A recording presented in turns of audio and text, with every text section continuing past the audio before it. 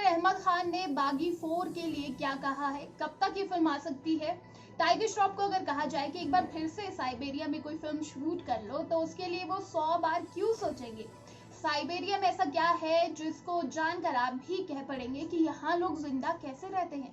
बागी की सभी सीरीज का बजट और बॉक्स ऑफिस कलेक्शन क्या है और बागी 3 का बॉक्स ऑफिस कलेक्शन इतना कैसे गड़बड़ाया। हेलो फ्रेंड्स, आप देख रहे हैं बॉलीग्राफ स्टूडियोज, मैं हूं सोनिका जियार। पहले बागी 3 की बात कर लेते हैं, बागी 4 की बात बाद में करेंगे जो अहमद खान ने जैसे बात का इशारा किया है। लेकिन बागी 3 जिसकी शूटिंग टाइगर श्रॉफ ने साइबेरिया और कई जगह की थी, लेकिन जो सबसे ज्यादा जिस पर ध्यान गया वो था साइबेरिया, क्योंकि यहाँ शूटिंग करना बहुत ज्यादा मुश्किल था। और टाइगर को अगर एक बार कहा जाए फिर से कि आप वहाँ शूटिंग कीजिए तो वो कहीं ना कहीं एक बार ज़रूर सोचेंगे। और क्योंकि टाइगर तो बहुत ज़्यादा ब्रेव है, लेकिन फिर भी वो सोचेंगे ज़रूर कि यार यहाँ शूटिंग करना सच में बहुत ज़्यादा खतरनाक है। दरअसल दोस्तों की यहाँ जो उन्होंने शूटिंग की थी उस वक्त 0 डिग्री टेम्परेचर था और बेयर बॉडी के साथ उन्होंने शूट किया था। साइबेरिया की बात करें तो ये रूस में है और रूस का 1/3 भाग है, यानी कि बहुत बड़ा हिस्सा साइबेरिया में आ जाता है। और दोस्तों यहाँ इतना ज़्यादा ठंडा होता है, यहाँ की जलवायु इतनी ज़्यादा ठंडी है कि यहाँ पर स्क्वायर मील आपको सिर्फ 7 से 8 लोग दिखेंगे, वो भी बहुत मुश्किल से। और इंडिया की बात करें तो हमारे देश की यार जनसंख्या आपको पता ही है, सेकेंड लार्जेस्ट पॉपुलेशन हम है और यहाँ पर स्क्वायर मील 170 लोग मिलते हैं। दोस्तों यहाँ साइबेरिया की अगर हम बात करें तो सर्दियों में यहाँ टेम्परेचर हो जाता है -70 डिग्री सेल्सियस। अब आप अंदाजा लगा सकते हैं कितना ज़्यादा ठंडा होगा। मैं खुद पहाड़ों से हूँ, उत्तराखंड से हूँ, और यहाँ 0 डिग्री सेल्सियस टेम्परेचर हो जाता है सर्दियों में और उससे कम हो जाता है -3 -4। तब इतनी ज़्यादा खतरनाक हालत हो जाती है, बहुत ज़्यादा ठंड लगती है और -70 डिग्री आप अंदाज़ा लगा सकते हैं कितना ज़्यादा ठंडा मौसम होगा।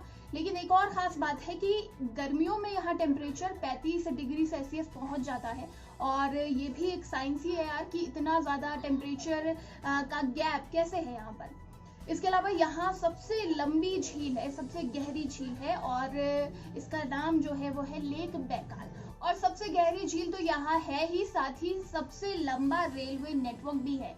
जी हाँ, इसकी लंबाई 9288 किलोमीटर है।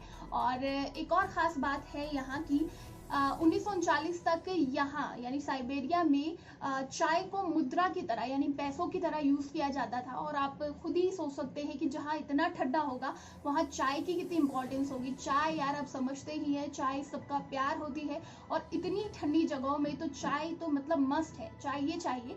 तो वहाँ पर उस वक्त ऐसा होता था कि जिसके पास चाय है वो ही सबसे ज़्यादा अमीर होता था। और एक और चीज़ है, यहाँ एक बर्फीला पूरा बीहड़ इलाका है, उसके बीचों बीच एक रेगिस्तान भी है, जो कि अपने आप में बहुत अनोखी बात है क्योंकि इतना ठंडा प्लेस ये है और यहाँ रेगिस्तान होना, वो भी रेतीला रेगिस्तान होना, बहुत अनोखी बात है। एक और अजीब बात है साइबेरिया के बारे में कि एक बार यहाँ एक बिल्ली को मेयर पद दे दिया गया था। मेरे हिसाब से शायद यहाँ लोग इतने कम थे कि बिल्ली को मेयर बनाना पड़ा, लेकिन बाद में उस बिल्ली को मेयर पद से बर्खास्त भी कर दिया गया था।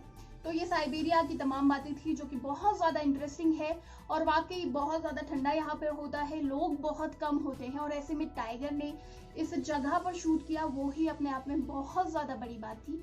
और टाइगर ने बागी 3 के लिए मुझे लगता है कि बागी 1 और बागी 2 जो सीरीज थी उससे बहुत ज़्यादा मेहनत की थी, लेकिन उन्हें उतना कुछ मिल नहीं पाया। और इसने वर्ल्ड वाइड कलेक्शन 137 करोड़ का ही किया क्योंकि यहाँ पर हो गया था लॉकडाउन और ये 6 मार्च को रिलीज हुई थी। पहले वीक तक सब कुछ अच्छा जा रहा था, 90 करोड़ का इसने बिजनेस कर लिया था।